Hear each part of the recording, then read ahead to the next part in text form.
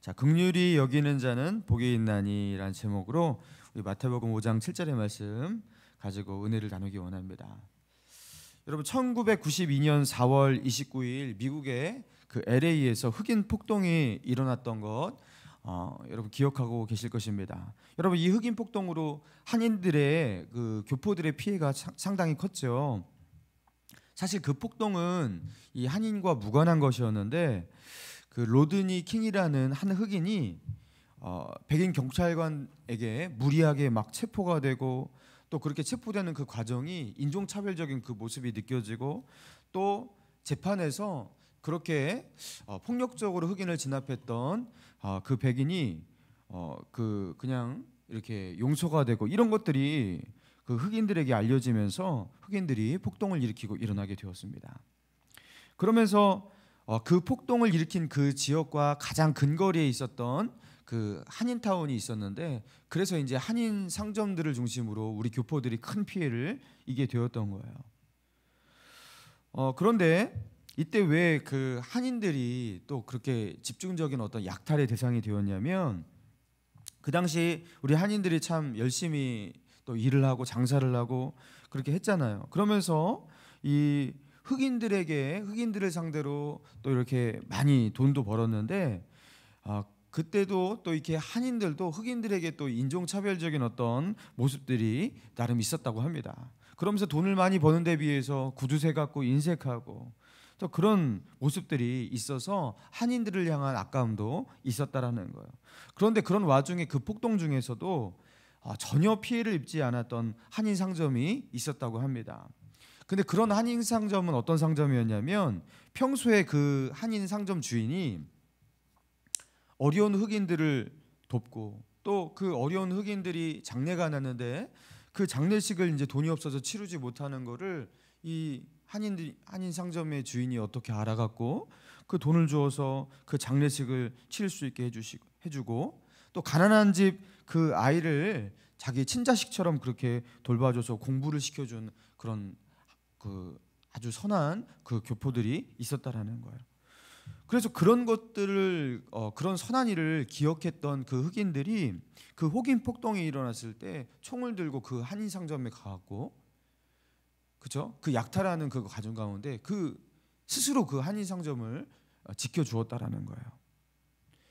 그래서 자발적으로 그 몇몇 한인 상점들을 흑인들이 지켜줬대요. 그러면서 이렇게 보호를 해주었다라는 것입니다. 여러분, 내가 베푸는 그 긍휼이 언제 다시 내게 돌아올지 우리는 잘 알지 못합니다. 그렇죠? 그때는 항상 내가 퍼주기만 하고 사랑하고 내가 이렇게 지켜주고 그런 대상이 흑인이었는데, 어느 날 보니까 그 흑인이 나를 지켜주고 있는 것, 여러분 그걸 어떻게 알았겠습니까? 여러분, 내가 이 땅 가운데서 긍휼과 사랑을 베풀잖아요. 그게 내게 돌아오는데 어쩔 때는 나도 모르게 나에게 돌아오는 것을 나에게 돌아오고 있다는 것을 나도 모를 때가 있는 거예요. 여러분, 그리고 세상에 하나님이 계시지 않다면 우리가 베풀고 나눠주고 사랑하고 섬기는 것이 참 헛된 일이 될 수도 있어요. 그렇지만 그냥 왜냐하면 나의 그냥 손해로 끝나기 때문에, 그렇죠? 그렇지만 하나님이 살아계시잖아요. 그리고 하나님은 내가 행하는 모든 것들을 다 보고 계시잖아요. 하나님은 그냥 내가 쏟아버리고 그냥 내가 그냥 흘려버리고 그냥 그렇게 말게 만드시는 그런 분이 아니라는 것이에요. 하나님은 우리의 인생을 감찰하시고 또 내가 행한 것들을 정확하게 기억하시고 갚아주시는 그런 좋으신 하나님이십니다. 그래서 우리가 긍휼과 자비를 실천할 때 하나님은요, 긍휼과 자비로 우리에게 갚아주시는 하나님이신데, 하나님이 당신의 이름을 걸고서 그 일을 하시는 거예요. 내가 하나님인데 나를 바라보고서 이 땅 가운데서 선한 일을 도모하고 긍휼과 자비를 베푸는 그 사람에게 내가 안 갚아주면 내가 하나님이 아니지. 저는 하나님이 그런 마음으로라도 갚아주시고 또 그것들을 감찰하시는 그런 좋으신 하나님이라고 믿습니다. 그런 하나님을 믿고 살아가는 거예요. 여러분, 그런 마음 가지고 우리가 다시 한번 우리 본문 7절을 말씀 같이 읽겠습니다. 시작. 긍휼히 여기는 자는 복이 있나니 그들이 긍휼히 여김을 받을 것이며. 여러분 긍휼히 여기는 자, 여러분 누가 누구를 긍휼히 여긴다고 처음에 말하고 있는 걸까요? 우리 믿는 자들을 향해서 말씀하시는 건데, 우리가 누군가를 긍휼히 여길 때, 사람이 사람을 긍휼히 여길 때, 하나님을 경외하는 백성이 누군가 다른 사람들을 긍휼히 여길 때, 하나님은 그 긍휼히 여기는 행위를 한 사람을 긍휼히 여기실 것이다, 이렇게 말씀하고 있는 거죠. 여러분 이거는 한국어가 이해되시는 분은요 그냥 직관적으로라도 다 이해되는 그런 말씀입니다. 오늘 이 팔복의 말씀 중에서 가장 너무나 쉽게 이해되는, 그렇죠? 또 다른 어떤 뭐 헬라어 히브리어도 볼 필요도 없고요. 이거는 말씀만 읽어서도 그냥 이해가 너무나 쉽게 되는 말씀이에요. 하나님은 우리가 긍휼을 베풀 때 하나님께서 우리에게 긍휼을 베푸실 거래요. 근데 그 하나님의 긍휼이 어떻게 우리에게 임할 것인지에 대해서는 언급하고 있지 않아요. 우리가 어떤 사람을 통해서 하나님의 긍휼을 입을 수도 있습니다. 그리고 또 우리가 어떠한 사건과 사고를 당할 때 하나님께서 그것을 계기로 우리에게 긍휼을 베푸실 수도 있습니다. 또 하나님은 우리가 천국 문 앞에 서서 우리의 인생이 끝나고 하나님을 만날 그때, 하나님께서 그때 어떠한 방법으로 천국에서 긍휼을 베푸실지 그거는 잘 알지를 못해요. 근데 하나님께서 말씀하시기를 긍휼을 베푼 자는 반드시 나로부터 긍휼을 입을 것이다, 그렇게 말씀하고 있어요. 여러분 그리고 이러한 진리의 논리는요 계속해서 반복이 되는데, 마태복음 6장 한 장 넘어가서 마태복음 6장 14절 15절 보면요, 자 마태복음 6장 14절 15절, 너희가 사람의 잘못을 용서하면 너희 하늘 아버지께서도 너희 잘못을 용서하시려니와 너희가 사람의 잘못을 용서하지 아니하면 너희 아버지께서도 너희 잘못을 용서하지 아니하시리라. 너희가 용서하면, 사람을 용서하면 나도 너를 용서할 것이다. 용서하지 않으면 나도 용서하지 않을 것이다, 이렇게 말씀하고 있어요. 그리고 마태복음 18장 35절에 너희가 각각 마음으로 형제를 용서하지 아니하면 나의 하늘 아버지께서도 너희에게 이와 같이 하시리라. 또 용서를 가지고서 똑같이 말씀하세요. 우리가 사람을 용납하고 용서하는 것, 그것을 보아서 하나님도 우리를 향해서 용납하고 용서하시는 룰을 똑같이 적용하시겠대요. 또 마태복음 25장 40절 보면요, 임금이 대답하여 이르되 내가 진실로 너희에게 이르노니 너희가 여기 내 형제 중에 지극히 작은 자 하나에게 한 것이 곧 내게 한 것이니라 하시고, 이렇게 나오고, 또 25장 45절에 보니까 이에 임금이 대답하여 이르되 내가 진실로 너희에게 이르노니 이 지극히 작은 자 하나에게 하지 아니한 것이 곧 내게 하지 아니한 것이니라 하시리니, 이렇게 나와요. 그러니까 우리의 삶 가운데 두신 지극히 작은 자, 그렇죠? 미약한 자, 도움이 필요한 자, 그 사람들에게 내가 베푼, 그렇죠? 사랑과 긍휼과, 그렇죠? 섬김이 하나님께 한 거하고 똑같이 하나님께서 받으시겠대요. 그리고 내가 이 도움 필요한 그 사람들에게 내가 하지 아니한 그것을 하나님은 자신에게, 하나님에게 하지 아니한 것 같이 그렇게 보시겠대요. 여러분 이거 너무 감사하면서도 무서운 말씀 아닙니까? 그렇죠? 내가 누군가에게, 사람에게 베푼 자비와 용서와 어떤 그 선대를 하나님은 그걸 가지고서 똑같이 나에게 그렇게 베푸시겠다. 그리고 그 사람에게 하지 아니한 것을 또 나에게 하지 않은 것까지 그렇게 여기시겠다. 여러분 이거 굉장히 되게 감사하면서도 되게 무서운 말씀인 거예요. 그러니까 긍휼과 사랑을 베푸는 삶을 살아가는 사람에게는요 이게 너무나 감격적이고 감사한 말씀이 되는 거예요. 하나님이 나에게 그냥 갚아주시겠다니까. 근데 그거를 실천하지 않고 살아갔던 사람에게는 너무 무시무시한 말씀인 거예요. 그러니까 우리가요 하나님으로부터 은혜를 받았잖아요. 하나님부터 긍휼을 받아서, 그렇죠? 우리가 멸망의 그 지옥의 자식이었는데 우리가 하나님의 당신의 아들을 주시고 우리를 긍휼히 여기셔서 우리의 죄를 사해 주셨고, 그렇죠? 우리를 자녀 삼아 주셨고 우리를 천국 백성 삼아 주셨잖아요. 이런 긍휼을 우리가 받았는데 이거를요 거저 그냥 받고서 낼름 먹고서 그냥 끝내서는 안 된다라는 거예요. 여러분 천국 백성은, 하나님의 자녀들은 하나님의 자녀답게 은혜를 입은 자답게 살지 않으면 안 된다고 말씀하시는 거예요. 너는 나에게 그렇게 큰 긍휼을 얻으면서 이 땅 가운데서 내가 그렇게 너를 용서했는데, 너가 지은 죄를 하나부터 끝까지 모든 것을 다 탕감해주고 용서해 주었는데 너는 용서를 하지 않아?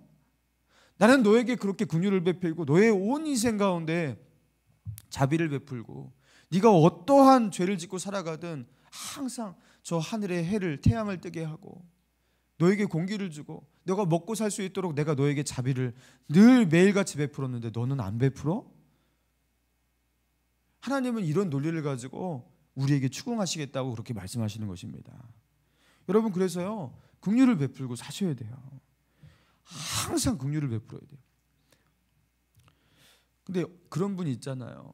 나는 좀 자존심이 갑바가 있는데 나는 누가 감히 나를 불쌍히 여기고 나를 긍휼히 여기, 나는 알아서 살아. 나는 알아서 살아. 나를 동정할 필요가 없어. 이런 분이 계실지 모르겠어요. 여러분, 그렇지 않습니다. 사람은 긍휼함을 입지 않고는 살 수가 없는 존재예요. 자녀는 부모가 긍휼히 여겨서 사는 거 아니겠습니까? 그 자녀들 보면서 얼마나 불쌍해요. 그죠? 저는 불쌍하던데 이렇게 보면은 그냥 불쌍하더라고요. 생긴 것도 불쌍하고 다 불쌍해요. 그래서 얘네들이 이렇게 불쌍하지. 그러니까 그 불쌍히 여기는 그 마음 가운데 이 아이들을 보듬어 주는 것 같아요. 그리고 부모의 그 긍휼함을 받으면서 이 아이들이 성장을 해가는 거예요. 그리고 여러분, 부부관계도 여러분 서로 불쌍히 여김 속에서 살아가는 거 아니겠습니까? 여러분, 이렇게 항상 어떻게 늘 사랑스럽고 그 에로틱한 그런 마음들이 언제나 들어서 그렇게 살겠어요? 불쌍히 여기는 거죠. 아유, 나 없으면 이놈 어떻게 살아? 이런 느낌으로 참 불쌍하다. 또 나를 만나서 불쌍하기도 하고, 그런 불쌍히 여김 속에서 남편은 아내를, 아내는 남편을 불쌍히 여기면서 사는 거예요. 여러분, 교회도 똑같습니다. 여러분, 교회도 각자 개성이 다르고 가지고 있는 가치관도 많이 다르고 스타일도 다르고, 여러분 어떻게 서로 어울려지면서 한 가족으로 살아갑니까? 여러분, 이거는요 긍휼 속에서 살아가는 거예요. 성도가 서로 긍휼히 여겨야 됩니다. 그러면 서로의 가지고 있는 어떤 결점과 모난 것, 이런 것들이 그렇게 밉게 보이지 않아요. 긍휼히 여기면 불쌍하니까요.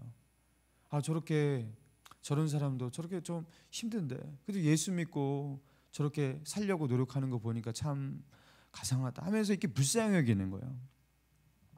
여러분, 목사도 성도에게 불쌍히 여김을 받는 거예요. 여러분, 제가 어떻게 완벽하겠습니까? 제가 가지고 있는 어떤 부족함들이나 결점들이 왜 없겠습니까? 여러분도 저를 불쌍히 여기고 있을 거예요. 그리고 그 불쌍히 여김을 받아서 저도 목회를 할 수가 있는 거예요. 여러분, 불쌍히 여긴다라는 것은, 긍휼히 여긴다는 것은 꼭 자기보다 못한 처지에 있는 사람을 향해서만 동정과 연민을 하는 게 아니라, 긍휼히 여기는 것은 하나님으로부터 긍휼을 체험한 사람은 누구나 할 수 있는 것이고 또 누구에게나 해야 하는 것이에요. 모든 사람을 향해서 긍휼히 여겨야 되는 거예요.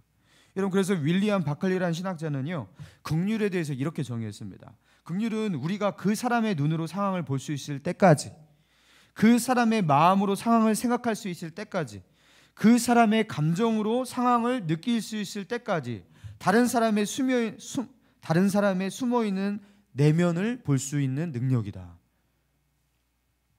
그러니까 긍휼은요, 그 사람과 나를 동일시하면서 그 사람 마음 안에 들어가는 작업이래요. 그래서 그 사람의 눈으로 보니까 그게 이해할 만한 거예요. 그래서 그 사람의 마음으로 생각해 보니까 참 그게 가슴이 아픈 거예요. 여러분, 그래서 우리가 사람들을 객관적으로 볼 때가 있잖아요. 객관적으로 볼 때 이건 아니라고 생각해, 이렇게 말할 때가 있잖아요. 긍휼이 없으니까 객관적으로 보이는 겁니다. 여러분, 어떻게 긍휼이 있는 사람이, 마음에 이 사람을 향해서 긍휼과 사랑이 있는 사람이, 그 사람이 객관적으로 보여요? 이거 객관적으로 잘못된 거잖아. 이거 상식적으로 아니잖아. 여러분, 이런 말은요, 그 사람을 향해서 긍휼이 없으니까 그 말을 하는 거예요. 여러분, 자식이 그렇게 객관적으로 보이십니까? 여러분, 그거 문제 있는 부모예요. 그렇죠? 자식이 객관적으로 보이면 그거 큰일 나는 겁니다. 긍휼의 마음으로 보는데 어떻게 객관적으로 보입니까? 사람을요 정말로 긍휼과 안타까움과 불쌍히 여기는 마음으로 보지 못하니까 우리는요 객관적으로 보고 판단하고 그리고 정죄하게 됩니다. 여러분 제가 그 안양 장로교회에서 부목사를 할 때 그때 교구 대신방을 한번 이렇게 한 적이 있었거든요. 그때 그 대신방을 하면서 거기에 이제 다세대 주택 막 이런 데 있어요. 그래서 반지하에 사시는 한 70대의 할머니 집사님 집에 이렇게 그 목자와 함께 이렇게 신방을 간 적이 있어요. 대신방이니까 다 돌아보니까요.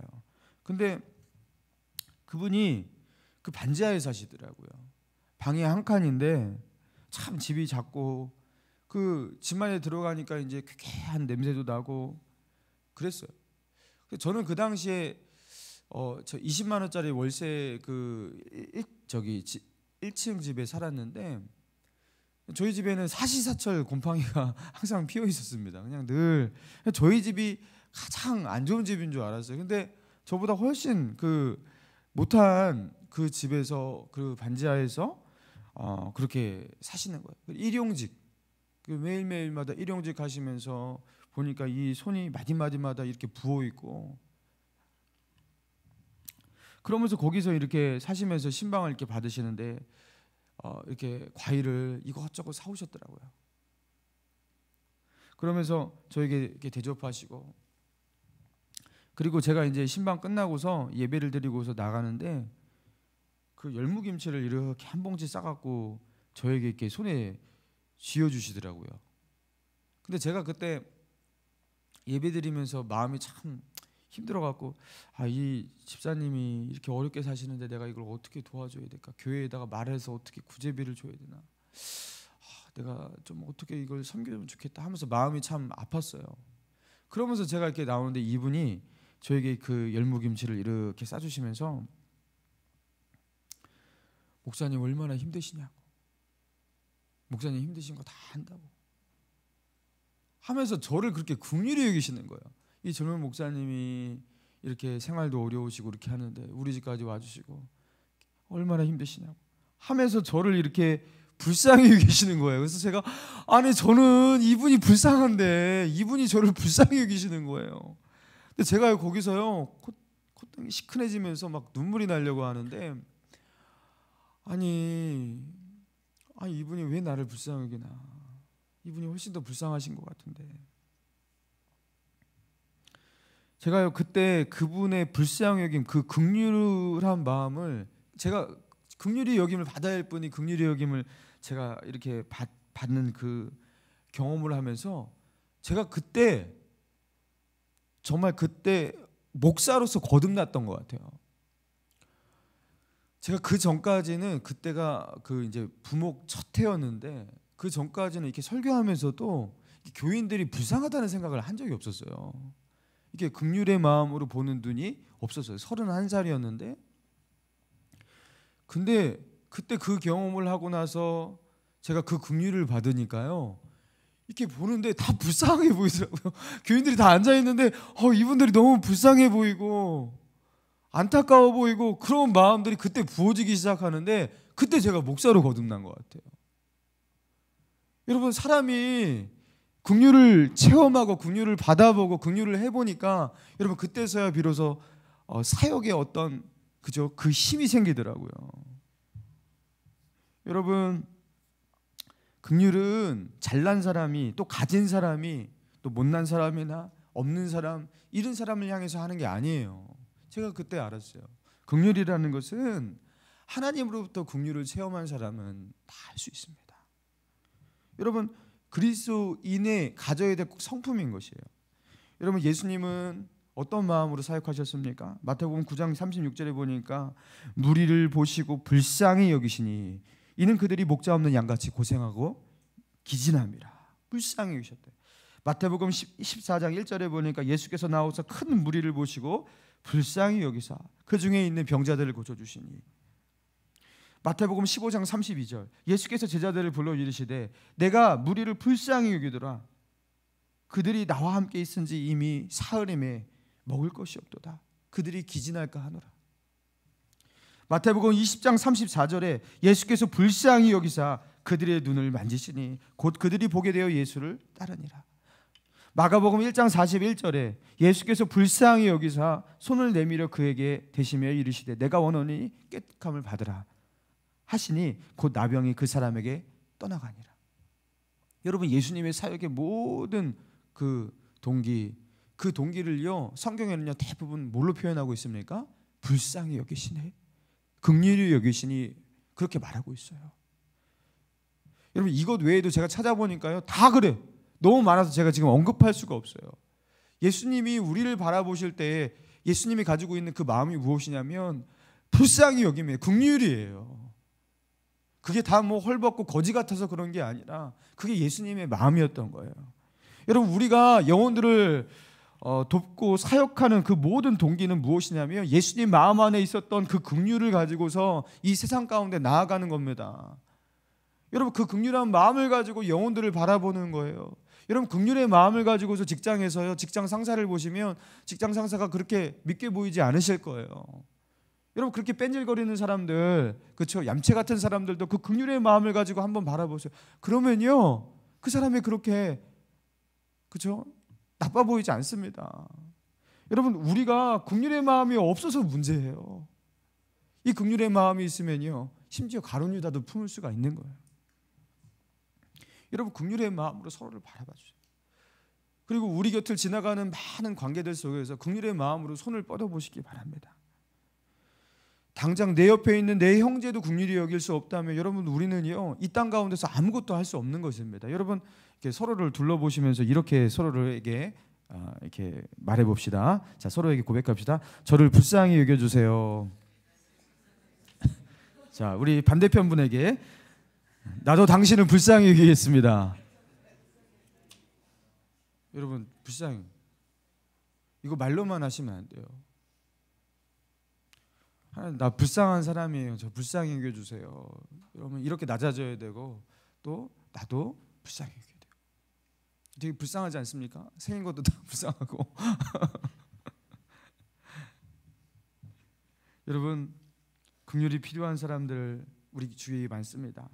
신명기 15장 11절에 땅에는 언제든지 가난한 자가 그치지 아니하겠으므로 내가 내게 명령하여 이르노니 너는 반드시 내 땅 안에 내 형제 중 곤란한 자와 궁핍한 자에게 내 손을 펼지니라. 하나님은 땅에 언제든지 가난한 자를 끊이지 않고 두시겠다고 하셨어요. 왜요? 내 손을 펴서 그들에게 긍휼을 베푸는지 안 베푸는지 내가 보겠다라는 거예요. 하나님은 이 땅 가운데 반드시 주십니다. 여러분, 교회 안에는요 법칙이 있어요. 교회 안에는 항상 모자른 사람, 가난한 사람, 병든 사람, 도움이 필요한 사람이 끊이지 않고요, 성격이 모난 사람, 안 좋은 사람 항상 있습니다. 항상 어떤 퍼센티지로 있어요. 하나님은 뭘 보시는 거냐면 보시겠다라는 거예요. 내가 어떻게 품는지 보겠다. 내가 이 사람들을 어떻게 이 공동체가 품는지 내가 한번 보겠다. 하나님은 끊이지 않고 그 사람들을 두십니다. 여러분, 목감신일교회 앞으로도 계속해서 그런 도움이 필요한 사람을 보내주실 텐데, 어떤 사람은 병들고 아픈 사람, 가난한 사람, 또 상처받고 과거가 있는 사람, 또 어떤 분들은 인격적으로 좀 아닌 사람, 그래서 사회에서 어울리기 참 힘든 사람, 그런 사람들을 왜 우리 교회에 왔냐고, 왜 보내주셨냐고, 이런 사람은 그냥 나갔으면 좋겠어. 그럼 우리 교회는 천국이 될 거야. 이거는요 하나님의 의도와 상관이 없는 거예요. 하나님은 그 영혼을 우리에게 부탁하신 겁니다. 그리고 주님의 긍휼을 가지고 품어보라고 그렇게 하신 것입니다. 서로 사랑하고 서로 긍휼히 여기시는 하나님의 자녀가 되기를.